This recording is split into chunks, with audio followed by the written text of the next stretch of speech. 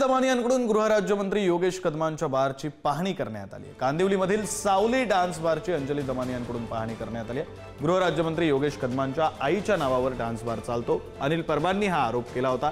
Yogesh कदमांच्या dance बारमध्ये अश्लील नृत्य आणि कृत्य चालतात असाही आरोप अनिल परबांनी केलाय। अनिल परबांच्या आरोपांनंतर अंजली दमानियांकडून सुद्धा योगेश कदमांच्या डान्स बारची पाहणी करण्यात आली।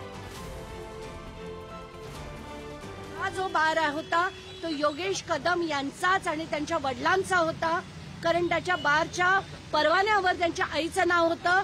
कुठच्याही परिस्थितीत असे गृहमंत्री महाराष्ट्राला नकोत। गृहराज्यमंत्री यांनी तातडीने राजीनामा देण्यासाठी मला लीगली ज्या गोष्टी करायच्या आहेत त्यासाठी मी आता समतानगर पोलीस स्टेशनला जाणार आहे।